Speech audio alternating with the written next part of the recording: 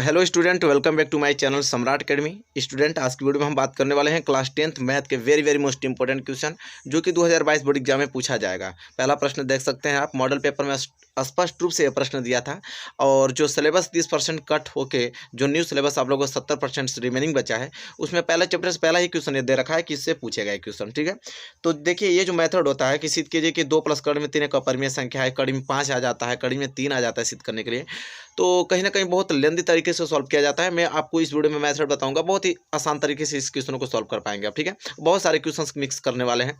हमारे चैनल पे लगातार हर एक सब्जेक्ट की वीडियोज आती है। ठीक है, और वेरी मोस्ट इंपॉर्टेंट क्वेश्चन कराए जाते हैं जो कि 2022 बोर्ड एग्जाम में पूछा जाएगा। ठीक है, तो चलिए आज की वीडियो स्टार्ट करते हैं। चैनल पे अगर नए हैं आप तो चैनल को सब्सक्राइब करके बेल आइकन को प्रेस कर लीजिए। आइए पहला प्रश्न देख रहे हैं, बहुत सारा प्रश्न करने वाले हैं। ठीक है, पहला प्रश्न हमने चूज किया है क्योंकि भाई ये तो पूछने वाला है।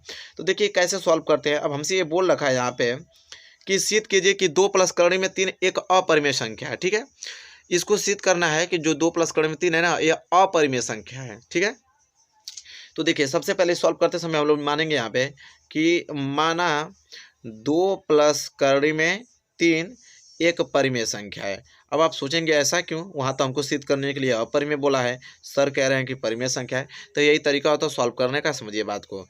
अगर आपसे क्वेश्चन ये पूछे, देखिए क्वेश्चन हमको क्या दिया है कि 2 + कड़ी में 3 एक अपरिमेय संख्या है। अगर यही परिमेय संख्या देता ना कि परिमेय संख्या सिद्ध कीजिए, तो हम यहाँ पे अपरिमेय संख्या मानते हैं, जस्ट उसका अपोजिट मानते हैं। ठीक है, सॉल्व करने के लिए तो हमको बोला है कि सिद्ध कीजिए कि 2 + कड़ी में 3 एक अपरिमेय संख्या है। तो हल करते समय हम लिखेंगे कि माना 2 + कड़ी में 3 एक क्या है, परिमेय संख्या है। ठीक है, हमने 2 + कड़ी में 3 को परिमेय मान लिया है।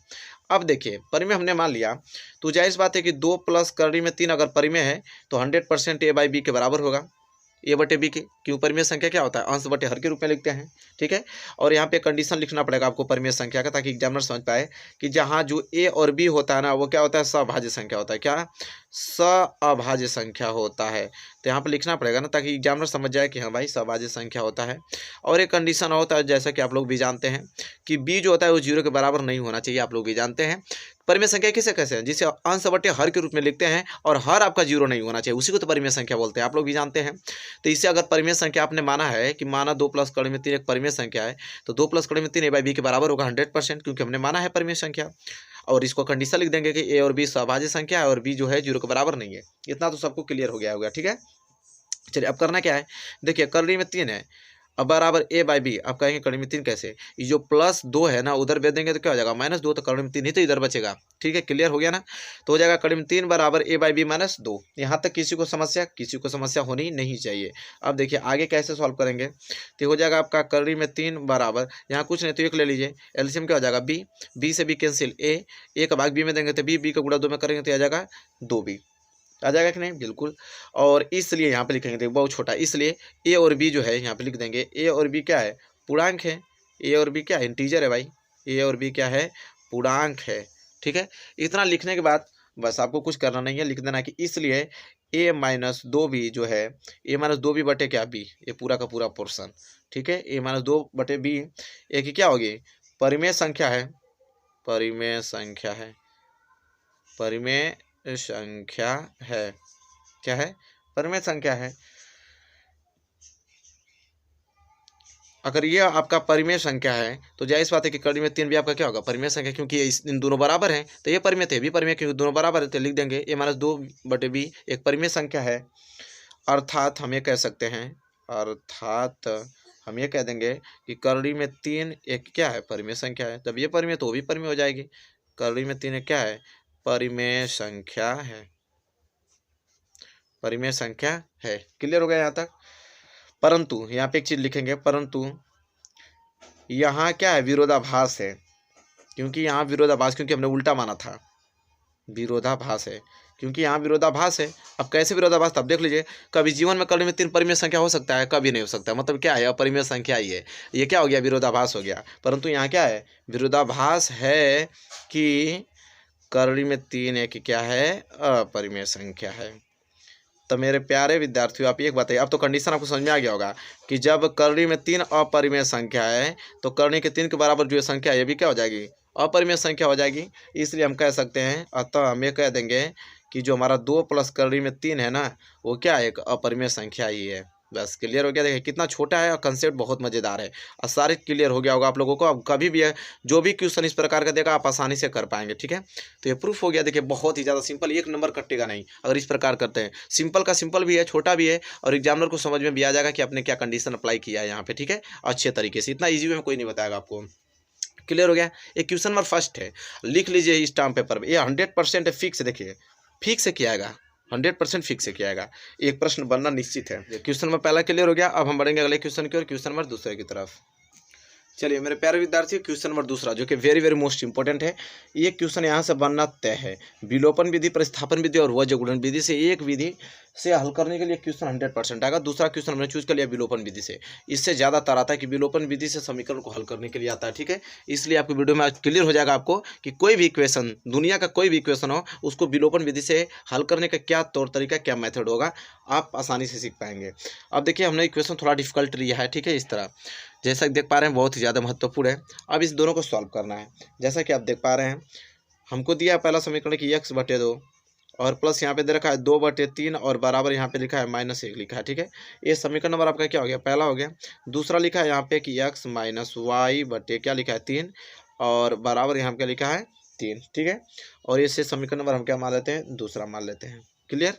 चलिए अच्छा, एक बात यहाँ पे ध्यान से देखा जाए मेरे प्यारे विद्यार्थियों, विलोपन विधि का हल का मतलब ये होता है कि दो इक्वेशन है ना, दोनों इक्वेशन में से कोई ना कोई एक वैल्यू बराबर होना चाहिए। जैसे x/2 होता है, यहाँ पे भी x/2 होना चाहिए। चाहे यह 2y/3 है तो ये भी 2y/3 हो जाता तो अच्छा रहता। मतलब दोनों में से कोई ना कोई एक बराबर होना ही चाहिए। नहीं है तो कीजिए, नहीं है तो कीजिए।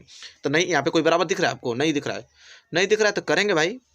अगर यहाँ पे 2 का गुणा कर दूँ, मैं 2 का गुणा कर दूँ समीकरण, तो यहाँ पे 2y/3 नहीं हो जाएगा, बिल्कुल हो जाएगा। या तो 2 से भाग दे देंगे तब भी हो जाएगा। तो हमने 2 से गुणा कर दिया है। गुणा करते तो लिखना पड़ता है यहाँ पे, ठीक है। लिखेंगे यहाँ पे कि समीकरण दूसरा में, यहाँ पे आराम से लिखेंगे कि समीकरण दूसरा में 2 से क्या करने पे, गुणा करने पे, 2 से गुणा करने पे, ठीक है। अब यहाँ पे तब 2 से गुणा कर रहे हैं तो कीजिए। 2 को गुणा x में करेंगे तो 2x माइनस 2 को गुणा y में करेंगे तो 2y/, कितना हो जाएगा 3 और बराबर 2 3 6। इससे समीकरण नंबर तीसरा मान लीजिए। और जब समीकरण तीसरा मान लेंगे तो देख लीजिए ये भी 2y/3 है, भी 2y/3, ये प्लस में और ये माइनस में। तो यहाँ पर लिखेंगे कि समीकरण तीसरा को, जो समीकरण तीसरा है, तीसरा को समीकरण दूसरा में जोड़ने पर, समीकरण तीसरा को समीकरण दूसरा में क्या, पहला में ना, समीकरण पहला में क्या करने पे, जोड़ने पे, क्योंकि प्लस माइनस चिन्ह था इसलिए जोड़ेंगे। तो जोड़ने पे तो चलिए जोड़ते हैं। तो पहले समीकरण तीसरा क्या है, 2x माइनस यहाँ पे लिखा है 2y/, क्या 3 बराबर यहाँ पे लिखा है 6। ये समीकरण क्या तीसरा। और समीकरण पहला क्या है यहाँ पे, x/2 प्लस 2y/3 बराबर -1। ये समीकरण पहला क्या करने पे, जोड़ने पे। तो यहाँ लिखेंगे हम लोग जोड़ने पर, वेरी मोस्ट इंपॉर्टेंट है। और जोड़ने का मतलब क्या है, प्लस और माइनस में, तो ये दोनों ऐसे ही काम खत्म। इसको जोड़ दिया जाएगा, 2x में जोड़ दिया जाएगा x/2 बराबर, ये देखिए +6 और -1 जोड़ने पे क्या हो जाएगा, 5 आ जाएगा, क्योंकि 6 में से 5 घट जाएगा। अरे 6 में से 1 घट जाएगा तो 5 बच जाएगा। यहाँ तक के लिए किसी को समस्या बताइए, यहाँ तक किसी को समस्या होनी नहीं चाहिए। इसे हल करेंगे तो यहाँ कुछ नहीं, तो एक मान लीजिए एलसीएम क्या हो जाएगा 2, 1 का भाग 2 में देंगे तो 2, 2 को गुणा इसमें करेंगे तो 2 2 के 4x प्लस 2 से 2 से कैंसिल, बच गया x बराबर क्या हो गया 5। अब ये हो जाएगा 4x प्लस x मिलकर हो जाएगा 5x बटे में 2 बराबर 5। अब यहाँ से हल करेंगे तो 5x बराबर 5 2 के 10 और यहाँ से x बराबर 10 बटे क्या हो जाएगा 5 कैंसिल, तो x बराबर क्या आ गया 2 आ गया। यहाँ पे इस तरह साइन लगाते जाइएगा, समीकरण हल कर रहे हैं आप लोग, ठीक है। तो x बराबर 2 आ गया। अब x बराबर 2 का मान किसी भी समीकरण में, नहीं किसी भी समीकरण में रख लिए, आंसर मिल जाएगा आपका, ठीक है। तो यहाँ पे लिख लीजिएगा कि x बराबर 2 का मान, x का तो वैल्यू निकल गया, y का वैल्यू निकालने के लिए x बराबर 2 का मान समीकरण पहला में रखने पे, समीकरण पहला में रखने पे, चलिए पहला में रखना है तो रख लीजिए। समीकरण पहला क्या है भाई, x/2 प्लस 2y/3 बराबर -1। अभी x बराबर 2 रखना, तो यहाँ पे क्या रखेंगे 2/2 हो जाएगा और प्लस 2y/, क्या हो गया 3 बराबर -1। 2 से 2 कैंसिल तो हो जाएगा क्या 1 और प्लस 2y/, क्या है 3 फिर बराबर -1 हो जाएगा। अब ये हो जाएगा 2y/3 बराबर -1, अब +1 उधर जाएगा तो -1। अब यहाँ से क्या हो जाएगा 2y/3 बराबर -1 -2 हो जाएगा और 2y बराबर -3 को गुणा तो -2 में होगा तो क्या हो जाएगा -6 हो जाएगा। y का वैल्यू निकालेंगे तो -6 बटे क्या हो जाएगा 2, y बराबर -3, सिंपल। तो इक्वेशन है, इतना जल्दी जल्दी पढ़ा रहा हूँ इसलिए क्योंकि ये समझ में आ जाएगा आप लोगों को, इतना भारी नहीं, एक नहीं समझ में आएगा, ठीक है। तो x बराबर 2 और y बराबर क्या गया -3, बस हल निकल गया।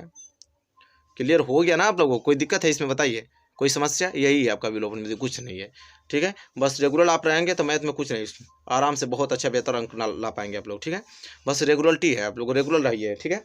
चलिए, तो क्वेश्चन नंबर दूसरा था, क्लियर हो गया होगा आप लोगों को, कोई दिक्कत नहीं है। चलिए क्वेश्चन नंबर दूसरा क्लियर, क्वेश्चन नंबर तीसरे की तरफ बढ़ चलते हैं। चलिए मेरे प्यारे विद्यार्थियों, देखिए मोस्ट इंपोर्टेंट क्वेश्चन बताने वाला हूँ आप लोगों को। क्वेश्चन नंबर तीसरा है, बहुत ही प्यारा प्रश्न है, बहुत ही ज़्यादा मोस्ट इंपोर्टेंट भी है। क्वेश्चन कह रहा है कि एक समकोण त्रिभुज का जो क्षेत्रफल है 30 सेंटीमीटर स्क्वायर है, यदि उसकी जो ऊंचाई है आधार की लंबाई से 7 मीटर अधिक है तो आधार की लंबाई ज्ञात कीजिए, ये हमसे पूछा है। अब देखिए यहाँ पे हम एक चीज़ बताना चाहूँगा कि देखिए ये समकोण त्रिभुज है, इस समकोण त्रिभुज का जो क्षेत्रफल होता है पूरा का पूरा क्षेत्रफल की बात कर रहा है, कितना दिया है? 30 सेंटीमीटर स्क्वायर दिया है, और यह इसकी हाइट है और इसका का आधार है। बोला है कि यदि उसकी ऊंचाई जो होगी आधार की लंबाई से 7 मीटर अधिक है, अगर उसकी ऊंचाई आधार से, अगर आधार को मैंने x मान लिया तो ऊंचाई भैया 7 मीटर अधिक है, तो क्या हो जाएगा? x + 7 हो जाएगा। ये बात तो आप अच्छी तरीके से समझ रहे हैं। तो कह रहा है कि आधार की लंबाई ज्ञात कीजिए, बताओ कि यह x कितना होगा, यही ज्ञात करने के लिए बोला है। सबको मालूम है, तो देखिए हल करते समय बड़ा सिस्टम से लिखना पड़ता है, बहुत ज़्यादा सिस्टम से, तब एग्जामिनर पूरा नंबर देता है। जैसे यहाँ पर लिखेंगे कि माना, देखिए ये लिखने का तरीका होना चाहिए, अगर अच्छे से लिखते हैं तो आपको बस लिखावट से नंबर मिल जाएगा, सिस्टम से लिखना पड़ता है। माना समकोण त्रिभुज का आधार है, इसे लिखना पड़ता है, नहीं तो ऐसे तो x आप मान ही लेंगे, लेकिन लिखना पड़ता है कि माना समकोण त्रिभुज का आधार, क्या मानेंगे कि माना समकोण त्रिभुज का आधार जो है वो है x सेंटीमीटर, क्या है? x centimetre. इसलिए त्रिभुज की जो ऊंचाई होगी, तब हमने त्रिभुज का आधार x मान लिया, ऊंचाई x + 7 होगी क्योंकि 7 मीटर अधिक है, तो लिखेंगे त्रिभुज की ऊंचाई, त्रिभुज की ऊंचाई क्या हो जाएगी? तो x प्लस क्या हो जाएगी? 7 सेंटीमीटर। क्लियर है ना? क्योंकि भाई स्पष्ट रूप से बोला है कि जो आधार की लंबाई से 7 मीटर अधिक होगी क्या ऊंचाई, तो आधार अगर x है तो ऊंचाई x + 7 होगी, जाहिर सी बात है, कोई दिक्कत नहीं। चलिए, और त्रिभुज का क्षेत्रफल आप लोग जानते भी हैं, त्रिभुज का क्षेत्रफल, अब त्रिभुज का क्षेत्रफल सब लोग को मालूम है कि 1/2 आधार गुणे ऊंचाई, आधार गुणे ऊंचाई, यही तो होता है बिल्कुल। तो क्या हो जाएगा? 1/2, बेस इसका आधार कितना है? x, और ऊंचाई कितना है? x + 7 है। क्लियर? यहाँ तक किसी को आपत्ति? किसी को नहीं। और त्रिभुज का क्षेत्रफल कितना है? 30 है, तो यहाँ पे त्रिभुज के क्षेत्रफल की जगह 30 लिख लिया जाएगा, कोई दिक्कत? कोई नहीं। तो क्या हो जाएगा यहाँ पे? 30 दूनी के 60 बराबर, इधर क्या हो जाएगा आपका? x में या x का गुणा होगा तो x² और +7 का x में गुणा होगा तो क्या हो जाएगा? 7x हो जाएगा। इसको इधर लिख लीजिए, हो जाएगा x² + 7x बराबर क्या? 60। कोई दिक्कत? कोई दिक्कत नहीं। तो x² + 7x + 60 इधर आएगा तो -60 बराबर 0 आ गया। अब आपका द्विघात समीकरण बन गया, इसको गुणा इसमें कीजिए तो क्या आ जाएगा? 60। गुणा करने पे 60 आ जाए, जोड़ने घटाने पे 7 आना चाहिए। तो क्या हो सकता है? 12 × 5 = 60, बिल्कुल। 12 में 5 गुणा करेंगे तो 60 आ जाएगा, 12 में से 5 घटाएंगे तो 7 आ जाएगा। तो x² + 12x - 5x - 60 बराबर 0। तभी ना 12x में से 5x घटेगा तो 7x बचेगा, ये तो जानते ही हैं आप लोग। 2 जोड़ा बन जाएगा, यहाँ से x कॉमन लेंगे तो x प्लस क्या बच जाएगा? 12, माइनस यहाँ से क्या ले लिया जाए? 5 कॉमन लिया जाए, 5 से 5 कैंसिल, x माइनस गुणा माइनस में हो जाएगा प्लस, 12 × 5 = 60।